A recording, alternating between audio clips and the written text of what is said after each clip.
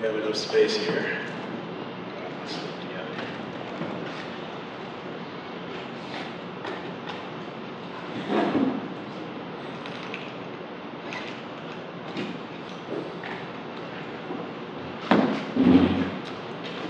All right. Everybody can hear me fine? Thank you for having me. I'm really excited to be here. My name is Clint Fluker, and I am an assistant curator at Emory's Archive of the African American Collections. And also, I am doing a PhD at the Institute for Liberal Arts, as Kennedy mentioned earlier. And most of that research focuses on Samuel R. Delany, and also an emphasis on Black comic books. But I will not be talking too much about that today. This is a little bit experimental for me, so I hope you enjoy. Just bear with me, all right? All right, so on the evening of February 1st, 2016, my wife Nassim and I attended a poetry reading by Anis Mojgani at Serenbe, a small neighborhood in Palmetto, Georgia, started in 2004. Not quite a subdivision, and certainly not an apartment complex. Approaching the Serenbe sign on the road evokes a nostalgia that I can only associate with the first time I attended overnight summer camp in the woods of Pittsburgh, New York, as a child. Ironically, after you pass the brown, rather nondescript Serenbe sign and drive through an actual forest, one begins to see the markings of an urban planner, except 45 minutes outside of Atlanta's downtown. As we entered the compound, we were struck by the beauty of the homes built in the traditional Southern aesthetic, with large front porches and decorative columns, the boutique storefronts, tall trees with light bulbs wrapped around the branches, farmland that stretched on forever into the night, and the cheerful laughter of residents walking their dogs as they were in conversation, as you can see right there. But before the performance, we had a dinner at a small restaurant called The Hill that served meat and vegetables sourced from the organic farm within walking distance of where we sat with our friends. Once at dinner, we located a venue where the poetry was to take place, and after taking our seats, we struck up a conversation with a middle-aged woman who had moved to Serenbe from Decatur. With a plastic glass of red wine in her hand, she spoke glowingly about how pleasurable it was living in this community. She referenced how every week she attended a performance, an exhibit, a talk of some kind by simply leaving her house and walking outside. Before the main event, Serenbe's art director spoke to the crowd about their artist residency project, their theater program, and their partnerships with outside organizations. Following Mojgani's exceptional spoken word performance, the director thanked the crowd for coming and spoke about upcoming events. Now, afterwards, we looked around, and though there were a good number of newcomers like me and my wife, it was clear that most of the people who were there actually lived there. Like, they were just enjoying this. And as Nassim and I prepared for the journey home, we found ourselves engulfed in conversation about how cool it must be to live in a gorgeous community dedicated to the promotion of art, organic foods, and long nature walks. Honestly, our night in Serenbe felt like an alternative universe where being a hippie is even cooler than it looks on TV, because you get to own a baller house, and the restaurants are just a smooth bike ride away. I mean, you can get there in a second. And the exceptional cultural experiences are curated literally at your doorstep.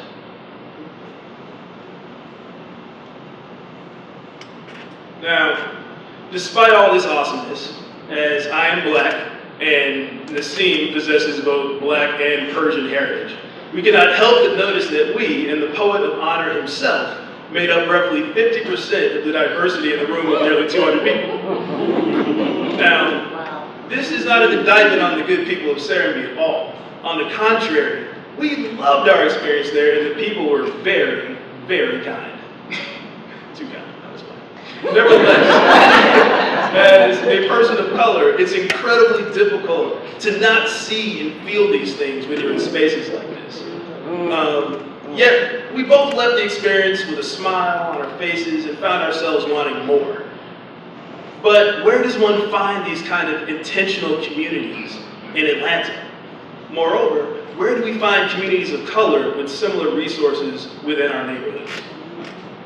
Now, at this point, you might ask, like, yo, Clint, what the hell does it have to do with, what's this have to do with Afrofuturism? Like there's no space where the black people with spears riding dragons. I got some of that, don't worry. I'm gonna bring it back. I'm gonna bring it back, give me a second.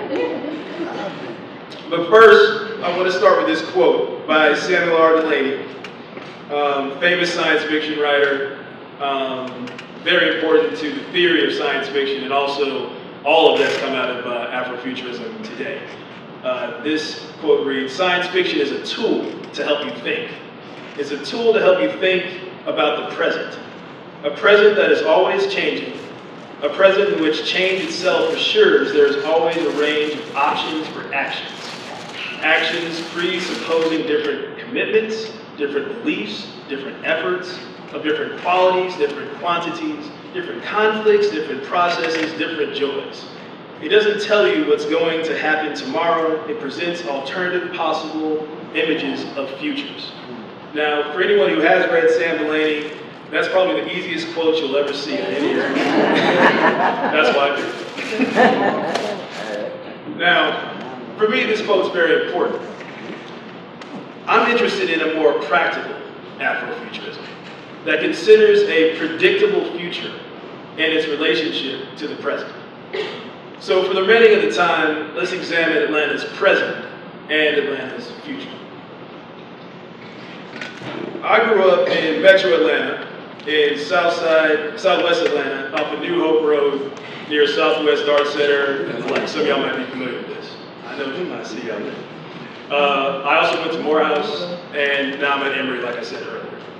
And over these years being here, I've seen the development around the city pick up dramatically, especially over the last few years.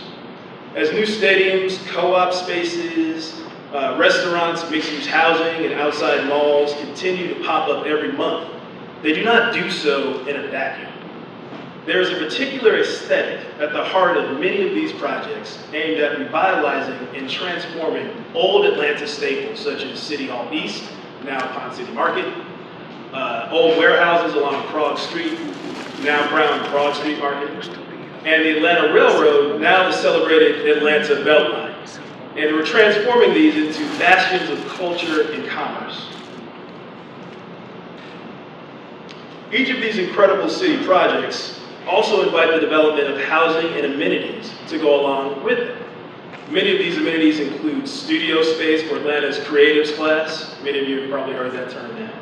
To perform their practice, meeting halls for job talks and self-improvement, platforms for live music, and coffee shops and bars to go discuss everything that just happened.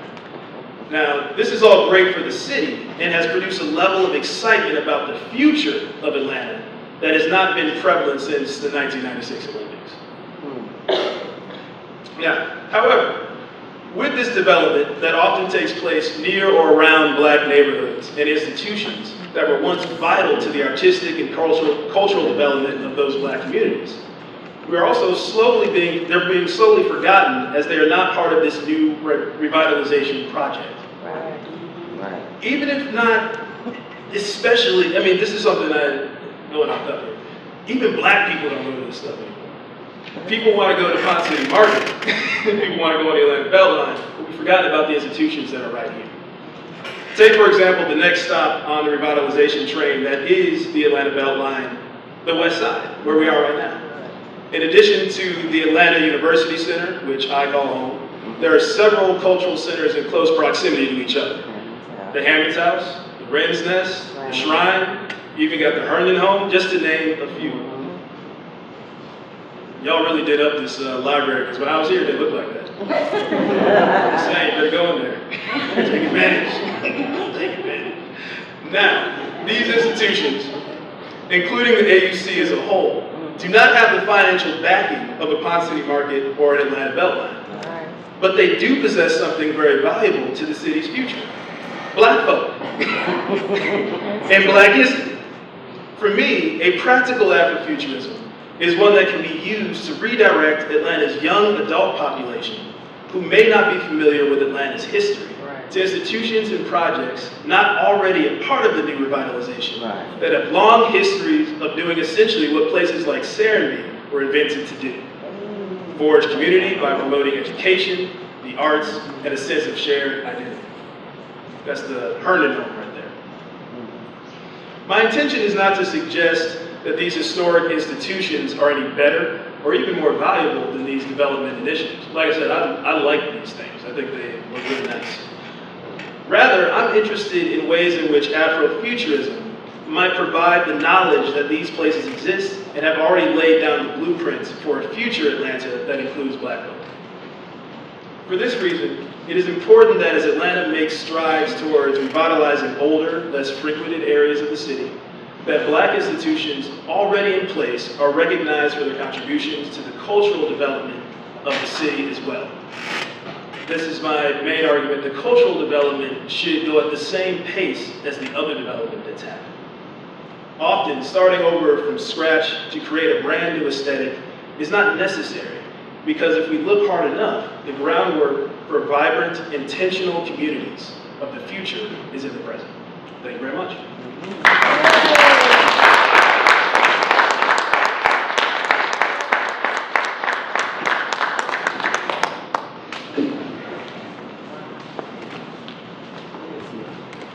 I think I'm much shorter than everyone else talking today, so give me a moment to figure this out.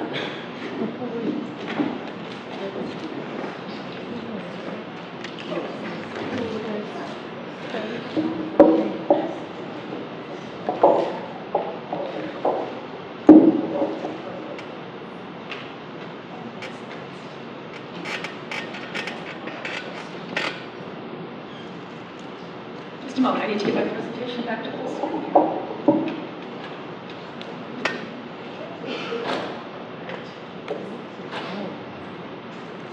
So thank you all for being here today. I'm really excited to come down the street and visit with everyone. In particular, I want to thank Dr. Stephanie Evans for extending the invitation to be here today, and to Dr. Tate for what was a really fantastic introduction. Okay, so obviously, as you can tell here, from my very clever slide, I am a professor and associate chair in the School of Literature, Media, and Communication at Georgia Tech. And in particular, I'm a professor of science fiction studies. And I have to tell you, there are not that many of us out there. We're a rare breed. There are hundreds of us, if not thousands, across the world who are studying and teaching and creating and thinking about science fiction in university environments. But normally, we have to pass as something other than what we really are. So most of my colleagues will introduce themselves as professors of art, professors of English, I'm not me, I'm a professor of science fiction studies, and Georgia Tech is cool with that, so yay for science fiction, right? All right, so I'm trying to represent for all of us as best I can. Okay, at Georgia Tech, I'm also coordinator for Sci-Fi at Tech, which is the name we use for our different science fiction initiatives. We've been doing science fiction at Georgia Tech for about 40 years. I haven't, but other people have been. And we were actually one of the first universities to offer college-level classes on science fiction. Today, we offer a minor in science fiction studies, and we're exploring graduate programming.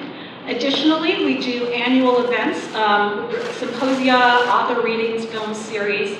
We boast one of the 20 largest science fiction collections, research collections in the world at Georgia Tech. And we run the Sci-Fi Lab on rep radio. So I need to, Sheffield, I need to talk to you later. We have to talk about radio. Okay, great.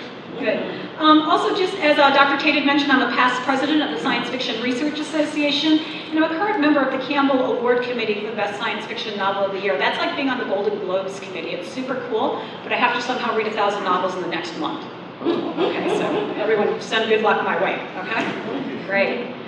I'm especially pleased to be part of this conversation today and to be on a panel with John Jennings, who's a scholar and artist who, as you all know, is dedicated to showcasing the work of underrepresented artists in comics. While I'm not currently doing any work on comic books myself, I do feel like a fellow traveler. Much of my own work in science fiction has been looking at the question of who participates in the science fiction community. What is that community for real? What is its past and its present and its future? As many of you know, historically, we've talked about science fiction as a genre for white boys and their toys, essentially.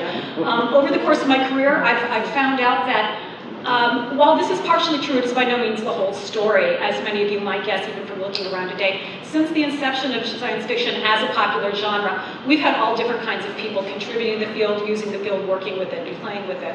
So in my own research, for instance, I've looked at how mainstream authors and directors use science fiction to make arguments about science, technology, and society, how women have used science fiction for well over 200 years, to explore various issues near and dear to their hearts. I've looked at how scientists do and don't use science fiction when they're arguing for grant money. The word science fiction, that phrase, can be a powerful lever in both directions sometimes, it turns out. And then, of course, if you believe Wikipedia, I've had a few things to say about Black science fiction and Afrofuturism as well. And again, that's Wikipedia. I leave that up to you to judge. All right. But I thought I'd tell you a little bit about some of my work in science fiction. So when I'm looking at Black science fiction in general, or Afrofuturism in particular, I'm really interested in thinking about the relations of science fiction as a genre and Afrofuturism as a very specific aesthetic mode. In both cases, I think these are genres that are dedicated to telling stories about the history of the future, or the many histories of the future that are possible. And you've heard a lot of great people here today talking about this, and we'll hear even more, I'm sure. Let's see, what else can I tell you? I organized the first MLA panel on Afrofuturism in 2004. So, while we haven't had a PMLA article yet, at least we've represented at the conference.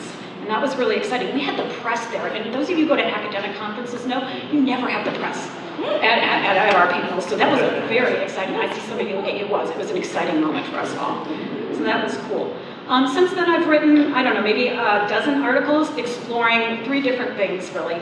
How mainstream authors use science fictional imagery to talk about technology, race, and futurity, and in particular I've looked at Ralph Ellison quite a bit, some of you might know.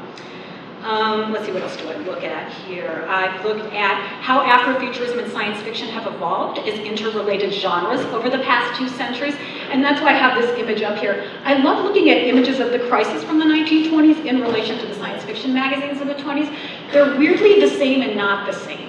You tend to get this sort of fantastic, very surreal imagery, but there often seems to be much more of a sort of political force behind the crisis. This is no surprise here, and much more of a sort of action-adventure ethos to the pulp magazines, even though that wasn't always true of the contents, but it was certainly true of the imagery. And then finally, I've been looking at the relations of Afrofuturism, which most people talk about as a diasporic Black aesthetic movement, to the Pan-African science fiction movement that's been emerging, obviously, across the African continent for the last 20 years. So that's really cool stuff. If anyone wants to talk about it later, happy to talk with you. But I actually don't want to spend a lot of time on my published work here, because you can either go look that up or email me and I can send you copies of it. So instead, I thought what I would do is take a moment to talk to you a little bit about my forthcoming book and some of the issues that came up there that I think are pertinent to this symposium today. So basically, even when I'm not studying race in science fiction, I find that race continues to matter, as you might expect. So my forthcoming book is Sisters of Tomorrow, the First Women of Science Fiction, available from Wesleyan Press in May 2016. About how to get my author discount. I'm not joking, people, I can give you the codes. I have that power. And the authority. My editor said, please, by all means, buy at a discount. Frequently. Okay, so that's my book there, and this is a really cool book, and what we're looking at in this book is we're looking at the contributions that women made to the first generation of the science fiction magazines. I was talking about this at lunch with people. There are a lot of different places where you can say science fiction begins. Some people will tell you it begins with H.G. Wells. Some people will tell you it begins with Mary Shelley. Some people will tell you it begins with Plato's allegory of the cave. Whatever you want to say, I say yes to it all. It's a big tent. We can all live together happily. But as a modern popular genre with its own readers and writers and authors and fans and rules for good writing, it really comes together in the 1920s, 30s, and 40s, and that's what I was looking at in this book, Sisters of Tomorrow. And so what I found as I was doing it was that we tend to assume that there wasn't a lot going on with race in the early pulp magazines. A number of people have written about this, that you see lots of Black authors publishing science fiction at this time, and I've written about this as well, but generally in venues other than the pulp magazines, and there seem to have been a variety of reasons for this. But one of the main ones is that authors, from what I can tell, were really worried that if you published in a book with like giant ladies carrying men or gigantic bugs attacking you, no one would take you seriously. And yet, a lot of stuff was happening. This was the beginning of a new genre, and it was a wide open genre. And so while I don't want to overstate the diversity of the early science fiction community, what I found out was that issues of diversity did matter, even if they weren't actually being played out. So I thought I would just sort of share 4 fun facts with you and use this as a teaser to get you to buy the book. All right, so I'm going to tell you 4 things really quickly. These are cool things I learned while working on this book. So out of the 200 women who we explored, we found that a number of, and what I'm talking about here is women because that's what I looked at, but as I looked around, it was the same for men roughly too, so you can assume same percentages, I think. We found there were a number of authors who actually very overtly drew inspiration from their own indigenous heritage and talked about their indigenous heritage, used it as inspiration for their work. So the two authors who were the most interesting were Lilith Lorraine, who actually is the first and only science fiction author to have an FBI file started on her for seditious science fiction poetry. Yes, absolutely. Oh my goodness, and the way she's described in the file, it's shocking. They describe her as a strikingly beautiful, large-breasted Aztec American princess. I don't even know where to begin with that. So the story's here. But Lilith Lorraine is a different talk that I'm giving later this week, so let's not go too far there now. But Lorraine, anyways, she wrote a lot of stories with post-racial futures. And what would happen is she would outline how we get to these utopian post-racial futures, and it's always through these really, really well-planned international breeding programs. So for Lorraine, the only way a future was going to happen was if we bred for the best in every race possible across the world. I know, who would have thought this stuff was out there? But it is. And then once we hit that utopian post-racial future, fortunately we all discover like the keys that allow us to unlock our genetics so we can all have green hair and purple skin. So yeah, so then, race does and doesn't continue to matter in these really interesting futures. And this was something she very much argued for in real life as well. We're sort of building these kinds of rational futures in these ways. She saw herself as the product, essentially, of an accidental international breeding program and thought she had turned out quite well. So, the other person was L. Taylor Hanson. And L. Taylor Hanson is interesting. People often assume that women masqueraded as men to get published as science fiction authors. What we learned over the course of our study was there was only one woman who did this in the early community, and that was L. Taylor Hanson. L. Taylor Hanson, so she passed as a man for most of her science fiction writing career. She had a whole science writing career as a woman as well. But what's really interesting is within the science fiction community, again, she was very apt about her indigenous heritage and actually was a indigenous civil rights activist, and she got a lot of people in the early science fiction community interested in civil rights activism this way. And from 1940 to 1949, she published her dissertation in Amazing Stories, and her dissertation was she got a PhD in anthropology. And what she argues in that dissertation is that not only are white people not the center of all genetic and cultural civilization, but that whites might be the youngest race and that the oldest race was probably indigenous Americans who had created everything in the universe, including Jesus, by the way. So she had a huge cosmology. But this was really contentious stuff, and people were into it. They wrote in and they argued with her about it, and it really got people whipped up. And the editor loved this. He purposely pushed it and tried to get people to argue as much as possible to get these debates going. Another person I found who was really interesting was Margaret Brundage. Some of you might know her. She was an artist for Weird Tales and is considered the queen of pulp pinup art. This is one of her pieces right there from Weird Tales. And Brundage was white, but she was, what's interesting is that she was a really active member of the Chicago Civil Rights Movement, had done a lot of work with the Bronzeville Arts Movement, which, John, I think you've done some work on as well, right? Yeah. So it was really cool, and that Brundage herself had pulled herself and her family out of poverty by doing illustrations for the science fiction magazines. So her goal was to teach young black kids how to do commercial art, and especially how to illustrate for the genre magazines as a way for them to participate in these new and emergent cultures. And it made quite a bit of money if you were a good painter. An artist made a half a cent on a word, and so if an author was lucky, they would make about $2,000 over their lifetime, whereas Brundage was making about $120 per cover.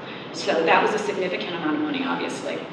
And I like that, she would even try to bring people of color into her artwork, and there are a lot of people who would tell you that this is maybe one of Brundage's least saucy covers ever here, but I like the Black Bikini a lot. I think she's cool, and I like her leopard, her Black Panther, very nice.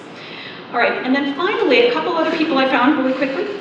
A number of women writers were writing sympathetic black protagonists in the early science fiction magazines. There are lots of really awful representations of people of color, don't get me wrong, there's some really bad ones, but there are surprisingly good ones as well.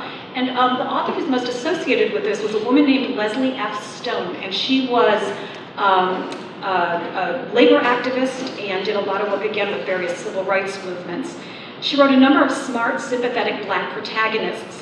The two most important sets were in The Human Pets of Mars, a little story from 1936 that inspired Isaac Asimov to try his hand at science fiction writing. He was so inspired by the way she used science fiction to overturn our stereotypes of people and their relations to one another. That's what sort of led him forward as well. The other thing that she wrote that might be of interest to you is a short story called The Fall of Mercury from 1938, and that features the first Black astronaut in science fiction, as far as we can tell. Finally, the last cool thing I found while I was working on this book is that the fans were also having these conversations. As many of you know, the early science fiction magazines included readers' forums and fan forums, and this was an attempt to build a strong readers' base and to get people coming back for more. And this tradition continues to face. As science fiction fans, we're an uppity lot, and I see you guys nodding, you all agree with me. None of us are afraid to speak our minds about anything. And what I found was, if science fiction could be considered to officially begin with the first issue of Amazing Stories in 1926, by 1929, the fans were asking, where were all the Black readers and writers? And there was a debate that unfolded in the pages of Amazing Stories for well over about a year, I'd say it was going on. And so people were asking, they said, this is the literature of the future, and we see lots of women publishing, and this is the moment of the Harlem Renaissance and the Congress of Racial Equality, and where are the Black authors? And people were speculating, well, maybe some of us are Black and we're not revealing our race because who can see this behind print, et cetera, et cetera. And people were speculating about it, and finally, someone wrote in and said, I've heard a rumor that there's one Negro fan in Atlanta. And everyone gets very excited about the one Negro fan in Atlanta. They're like, I'm gonna go find the one Negro fan in Atlanta. And then the conversation dies and it never comes back, and I never found out what happened. And so I'm going to ask those of you who are my creative friends, readers, writers, directors, artists here, can you please write that story for me? What happens when the science fiction fan community goes looking for the one Black fan in Atlanta? I don't know. I need to know though. Okay. So that's what I've learned then, is that race did matter in the early science fiction pulps. So we don't want to whitewash the situation, but we also don't want to, overly celebrate like the incredible diversity. It wasn't that diverse, it was a little diverse, and the conversations were in place. So the fact that you would see huge influx of authors and artists of color within the next 50 years doesn't surprise me at all after having seen this. It was there, the moment was waiting to happen and to unfold, essentially. All right, I'm going to wrap up very quickly by giving you a plug for two current projects I have going on right now, and this will bring us back to science fiction in Atlanta. So in my capacity as the coordinator of sci-fi at Tech, I'm currently working with Amanda Ray of the Atlanta Sci-Fi Multicultural Organization, which is right over here, and we're going to be hosting a film festival, a short film festival at Georgia Tech on October 15th, 2016. That will include a film festival competition, so people who want to enter short films will be welcome to do that as well. And we'll have more information out about that real soon, right? Yeah, within the next week or so. All right, and then finally, I'm going to do a shameless plug for the book that was going to be called Afrofuturism Reloaded, but that just got renamed 10 seconds ago as Afrofuturism Through Time and Space. And this is a project that I'm currently working on with Isaiah Lavender III, who had hoped to be here today but wasn't able to join us. So to those of you who know Isaiah, he says hello, and to those of you who don't, he looks forward to meeting you soon. So what we plan to do in this book is to showcase new scholarship and possibly creative pieces on Afrofuturism, especially as new scholarship extends our conventional understandings of Afrofuturism as a largely post-war Black Atlantic endeavor. We're really interested in pushing the boundaries back through time, seeing how far back through time we can find works that would seem to fit into an Afrofuturist tradition, and of course across space. I'm really interested in Africa and the new traditions of science fiction that are coming off that continent as well. So for those of you who are looking for a friendly forum in which to publish your work, I hope that you'll talk with me or shoot me an email sometime soon. All right, thank you very much.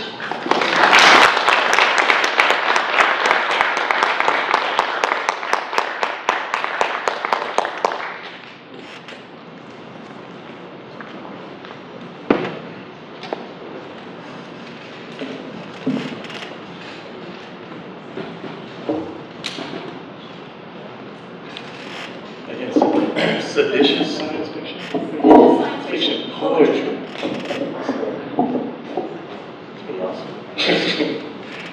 All right, so I'm a Mac user, so this is going to be very embarrassing.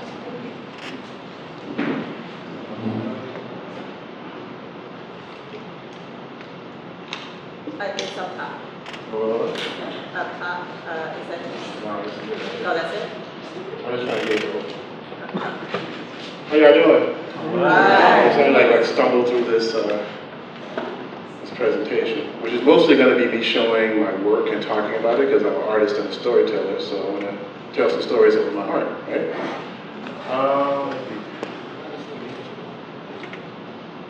I don't have to go full screen.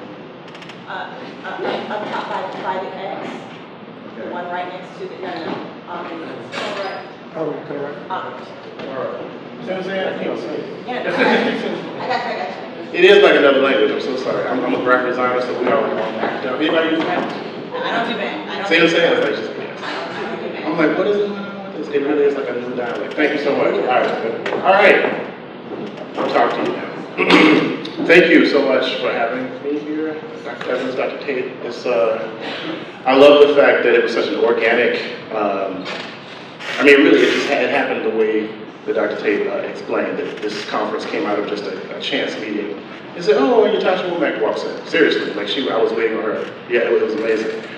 I'm also very honored to be around scholars like Clint Fluker and Dr. Yazik. I look up, and I really respect their work quite a bit. And there are other people that we talked about later in the audience that I just really admire greatly. I'm a huge fanboy and a geek, proudly, so we're going to talk about a lot of this stuff.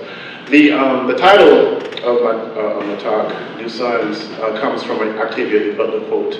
There's nothing new under the sun, but there are new suns, which I think is both, is so revolutionary. I love that so much. I want to start with some of my own beginnings as a Southern geek. I'm from Mississippi originally. Yep, oh yeah, okay, we're talking, okay. Yeah, I grew up in a small farming community called Flora, Mississippi, about 15 miles north of Jackson. I went to Jackson State University, as you know, a historically black college. I also taught there, helped create their graphic design program. This is my grandmother, Cherie Thompson, and this is my mother, Janie Lenore. And both of them totally ruined me in the best possible ways that I can imagine. What I mean by that is my mother was a massive science fiction and fantasy and horror and anything that dealt with like action, anything like that. For instance, she would drag me to like second run theaters, also known as grindhouses. I grew up in grindhouses. So anything that was probably inappropriate for me to watch, like Edgar Allan Poe stories, anything that were ninja in it probably, I would see, and she loved that kind of stuff. Through conspicuous consumption, she was probably acting out some particular types of things, but she kind of introduced me to like stuff like the Twilight Zone. She bought me my first comic books, you know. She was always encouraging me to read and to dream. And I literally like would climb on top of a barn, because I grew up in a very agrarian space, and look at the stars and wonder what was out there all the time. That's what I did. That was one of my favorite things to do, you know. My grandmother was a storyteller, wonderful woman, strong woman. And in retrospect, looking at some of the things I'm interested in now around like hoodoo as a technology or hoodoo culture, right? I think that she probably was kind of like behind the scenes a root worker or like a hoodoo lady or a conjure woman in her own right, just thinking about some of these quote unquote superstitions that she would impart to me and other types of belief structures. So it's interesting, like I've traveled far. I mean, I live in Buffalo, New York now, I teach there. But I always seem like I go home. I always start back to here, go back to the South, take it back to the source, you know? And I'll talk a little bit more about that as well. And I think of late, I've been thinking about the teachings of these two wonderful women in my life, right? And actually too, they were the first artists, let's talk about earlier, they were the first artists that I encountered. At the time, I didn't think about their quilt making and their dressmaking as arts, right? But now I feel like it permeates so much of what I talk about when I think about my own work. So, thanks y'all. So the first time I came across the term Afrofuturism was from this series. It's called Matters of the Fact. By the way, I have a lot of images that I'm gonna go through really quickly, so I apologize for that. It's like 100, so I'm gonna go like this a lot. Okay, just so you know, because I make a lot of stuff, and I think about this stuff a lot. So a few years ago, I came up with this this series. It's about 70 images, and it was inspired by. I was in Tokyo. No, I was in Kyoto curating a show. and I was thinking about robots a lot. I think I had just reread the Cyborg Manifesto and by Donna Haraway, and I was also thinking about the resurgence of stereotypes. So stereotype, it comes from like the printing profession, right? It literally means hard or fixed. Hard or fixed. So stereotypes are actually designed to not change, and they do that very, very well, right? And so I'm really interested in how they keep getting reproduced, right? So I came up with this notion of these black cyborgs because yes, the cyborg can be a really liminal space and empowering space, but what if you're connected to this larger system of race? You know, what happens to a black cyborg, right? And so I started thinking about how these particular images start getting reproduced over and over again. And I thought about them for about 4 months, and then I sat down at my computer, because most of these are all like computer generated, and I started thinking about the images that started to inspire them, and I made 70 in about 4 days. They just kept coming and coming and coming, and they wouldn't let me alone until I got rid of all of them. And so a lot of them was about the commodity and the fungibility of the black body, the reproducibility of the black body as a type of kind of soft technology. The other thing I was thinking about too is the fact that some of us don't, or most of us probably don't know our connections to the motherland. And so a lot of times we are commodifying and consuming Africa as an index in a particular way, which I'm extremely interested about too. We're reappropriating African symbology in a particular way to draw a more physical connection to Africa, right? So I found that really interesting. And also you see like preponderance of like jungle bunnies and coons and apes looking at the bestiary that black people have been saddled with, you know, from forever. By the way, my work is uncomfortable. I make very uncomfortable images. I'm so sorry about that. These are about the prettiest they're going to be, maybe. Stop fighting me. All right, anyway, did you see that? So a lot of it is about the idea of how the black body gets reproduced, and how when stuff like the cotton gin or other types of like agricultural elements were created, they were just upgrades to an already technological extension of a colonial mindset. So that's what a lot of these pieces were thinking about. I'm also pretty well known for doing my cover designs. I'm a graphic designer, publication designer. So I think a lot about, I love giving really, really wonderful scholars, which I'm fortunate to know quite a bit of, the proper coloring. So I've been really fascinated by trying to distill this idea into like the proper color. Because they're little posters, you know, seriously, if you can get someone to pick up the book, they might buy it, you know? And that's what I like to do. So here's some covers for some of my friends. That's my cover. By the way, my book is also on sale up there. Pitch Black Rainbow. It's a collection, it's a collection of artwork over the last 5 years. This is from a collection of work that I did for Black Geek Week at the University of Illinois, which is pretty sweet. It was like a week-long celebration of the Black geek in various standpoints, you know, from like physics to technology to comics and everything. It was really wonderful. I got a chance to do that at one of my alma maters. Something I'm also pretty well known for, as Lisa stated earlier, is started looking at the Black Age of Comics, which was coined and pushed by Tertial Henry, who's also called earlier as well. And this is a book that we put out, me and my friend Damian Duffy, who's wonderful, and I've been collaborating for like a decade now, believe it or not. Black Comics, and it was basically a collection of 56 African-American independent comic book artists who are, who just, like I said, who just happen to be Black, and are making these wonderful stories from all over the country.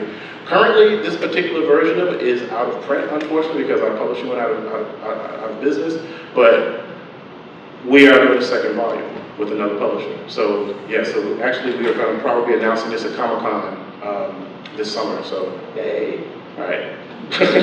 So another thing about like Afrofuturism as a space, like I said, the first time I kind of dealt with it was when I did the Matters of the Fact images. One of my friends, Dana Rush, who's an African, said, hey, these look really Afrofuturist. And I was like, hey, stop making up words. That's not a thing. What are you talking about? She's like, no, look it up. You know? And so I came across this Darius definition, speculative fiction that treats African-American themes and addresses African-American concerns in the context of 20th century technoculture, and more generally African-American signification that appropriates images of technology and a prosthetically enhanced future, actually I don't know another, might, for want of a better term, be called Afrofuturism. And I think it's a really interesting thing. I like his definition sometimes, right? Because I looked at some of the more porous aspects of it. Like for instance, he's talking about the 20th century. We're already in the 21st century, so there's almost like an inherently limiting space in the definition itself, which I think is always found really interesting.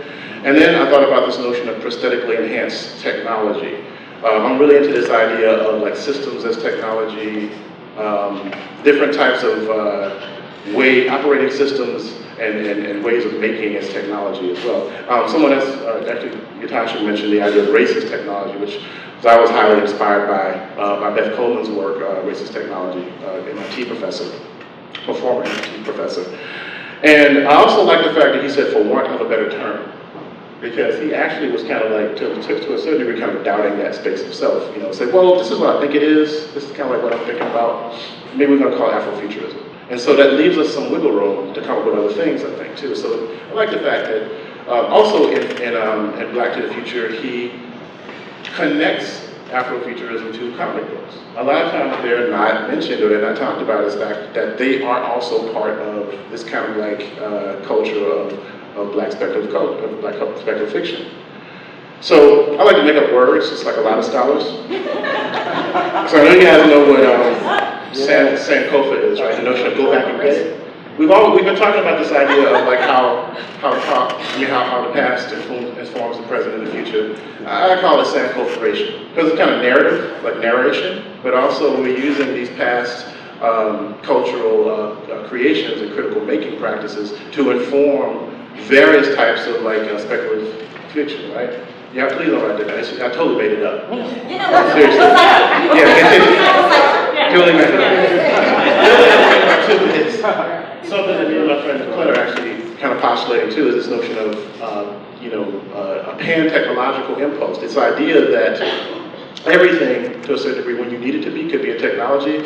And I would start thinking about this because of The Last Angel of History. This film by John Confer, Black English scholar and artist who came up with this, well, he was thinking about this idea of the data thief. I'm obsessed with the data thief. So, have you seen this movie from 1997? It's called yeah, she's like, of course she's, totally guess I've seen it.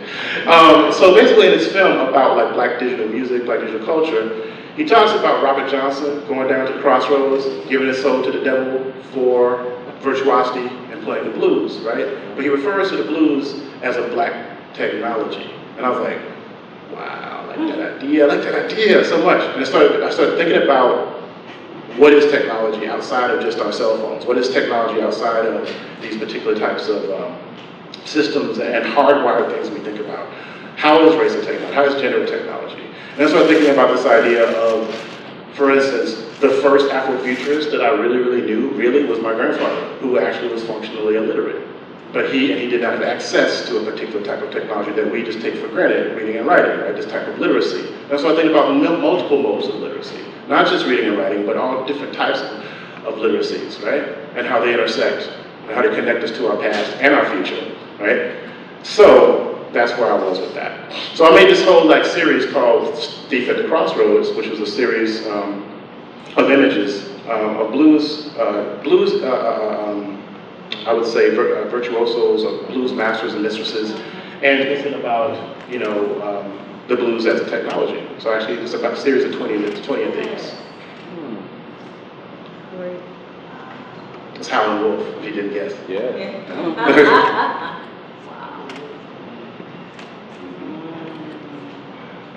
So then, really quick, because this is always difficult, because Black Kirby as a concept is such a really strange concept. So you got any comic book fans in the audience? All right. You know who Jack Kirby was? Jack Kirby was, he's like, Jack Kirby was the partner of Stan Lee. Everybody, well, how many people know what Stan Lee is? Yeah. Stan Lee is, okay. So if you've seen the Avengers, Iron Man, if you've seen the Incredible Hulk, you've seen Captain America, you've seen characters that Jack Kirby has co-created. So there was this, I think it was 2012, Jack Kirby's descendants were filing suit against Disney Marvel. Disney now owns all my childhood. It makes me really hurt deeply. But they were like, well, I know that our father's work was for hire, but can you break us off a little money? Because the first Avengers made like $1 billion. I'm like, that's like a gajillion simoleons. So I can't even imagine how much money that is, right? And they're like, can we get a little bit of that, right? And of course Disney said what?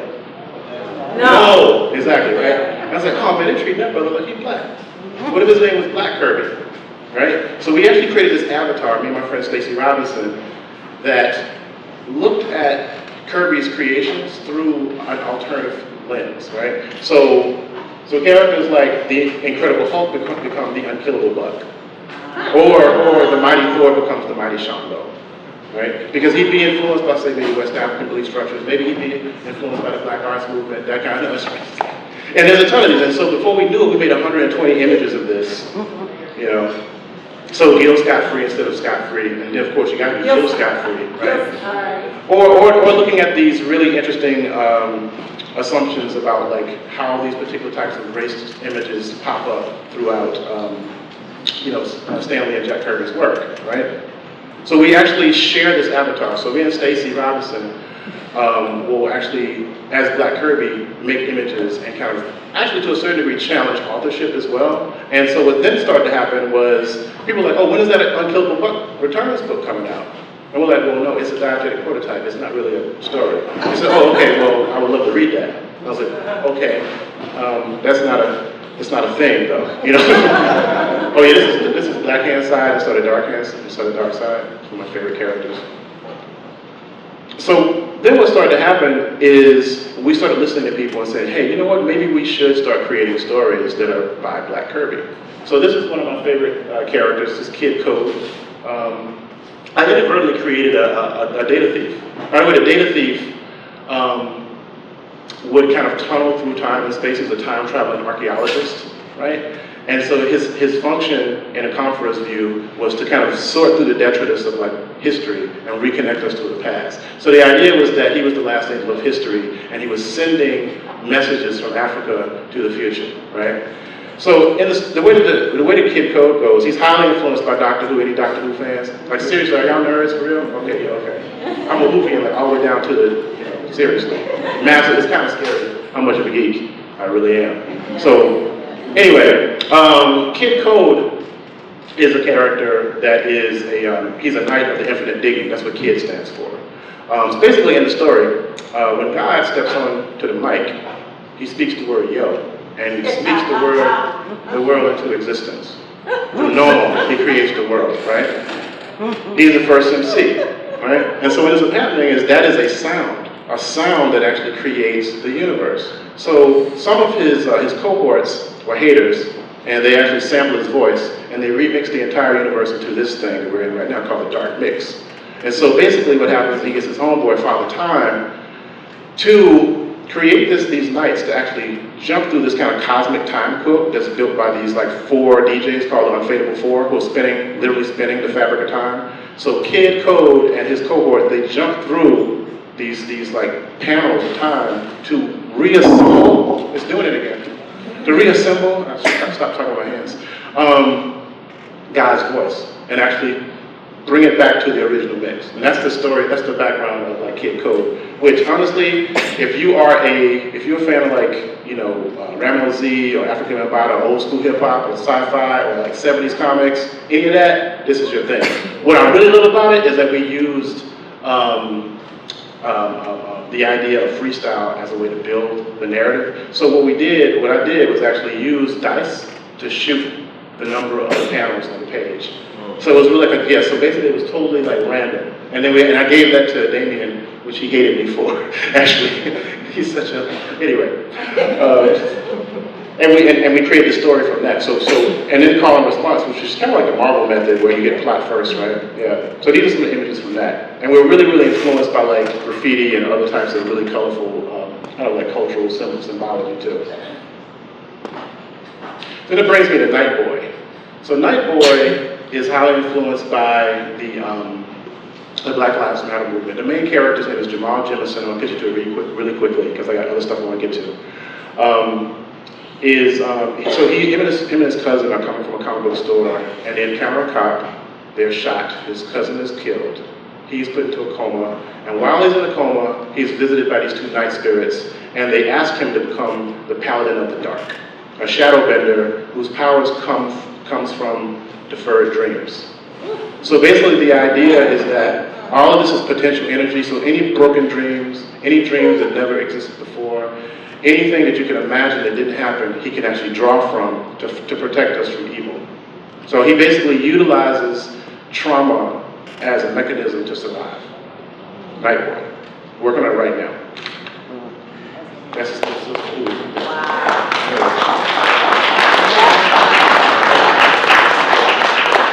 I got so much more to tell you. So check this out. So I also, my friend and publisher, Bill Campbell, is a black publisher of fiction, science fiction, and started this company called Rosarian Publishing. And after the Eric Garner non-decision, he called me angry. Actually, I was asleep, I was napping. I don't get a chance to do that too much, so I was kind of like, what is going on? And Eric Garner non-decision had kind of happened, and he said, we need to do something about this. And so we ended up creating this collection of art and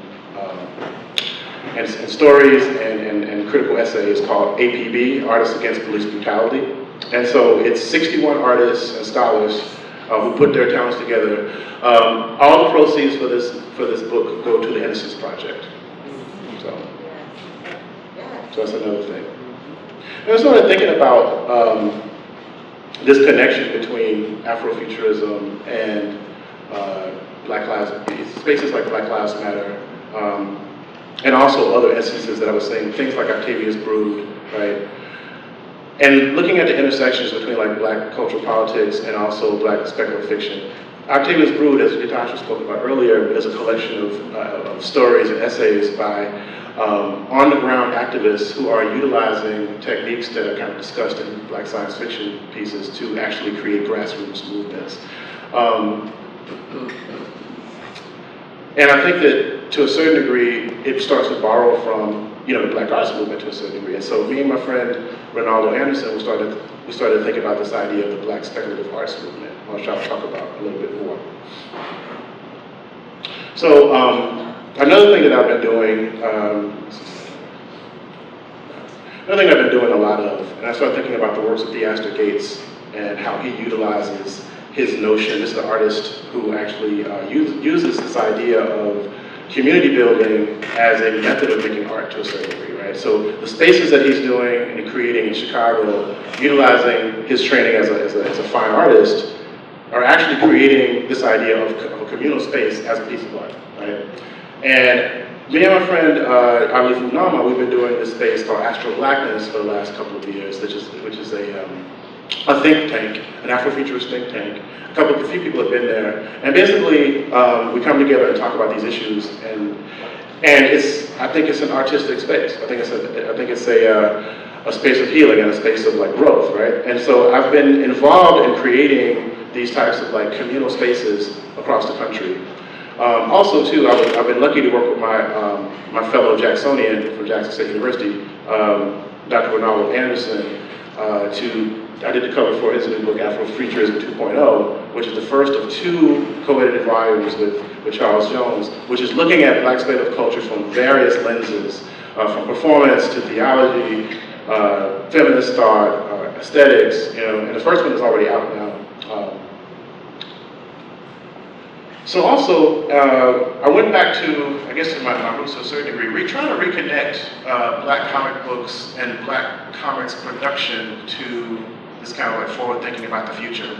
So on the shows of people like Tertel Onley and Joseph Wheeler III, who's in the audience who created OnyxCon, right? So I'm thinking about this network of black themed comic book conventions. And I really with Dr. Jonathan Gales and Deirdre Holman and Jerry Kraft created the Black Comic Book Festival at the historic Schomburg Center for Research in Black Culture. Also, I was fortunate enough to meet Aaron Grizel when I was doing a class on the West Coast and co-created the BCAF, which is the Black Comics Art Festival, which is part of the MLK celebration that they do there now. Which I don't know if you guys realize this, but San Francisco has a massive MLK Foundation celebration where maybe 30, 40,000 people come together and they march around the city and they end up doing a celebration about Dr. King's legacy, and it's really wonderful. And BCAF has now become one of 11 festivals that happens. So basically, what I do is now is I do like the Black Comedy Festival, and in the middle of it, I jump on a plane and I fly out west. So these events happen on the same weekend. So basically, this past MLK weekend, we had about 6,000 people just totally run over the Schaumburg staff. It was pretty amazing. It was like the new iPhone was coming out. It was crazy. You can see, I mean, it was a packed house. And it was pretty amazing. And it was actually in tandem with the closing of a show that I co-curated with Dr. Anderson called Unveiling Visions, the Alchemy of the Black Imagination. So basically we're celebrating, that's Rick Campbell and Jason Rodriguez. We're celebrating this idea of Black creativity. That's Black Panther in the middle of Harlem. Outside, that's the queue right there, so you can actually see what's going on there. And also, we had about 4,000 people come to the Black Comic Arts Festival. So we're talking about a bi-coastal celebration of Black creativity in these very historic Black spaces, celebrating this culture. And people say that we don't read comics, and we don't make this kind of work, and we're not into this kind of thing, and it's not empowering to us. And there you have it, 6,000 people who would say differently, right? Another thing I've done too fairly recently is co-create SoulCon, which is our newest venture. It's a Black and Latino convention that we did at Ohio State University. It's about to go, so that's 40 African American and Latino comics artists in one space at Ohio State University. That's the first one that we did. We're going to do another one on October 14th. It's going to be at the library.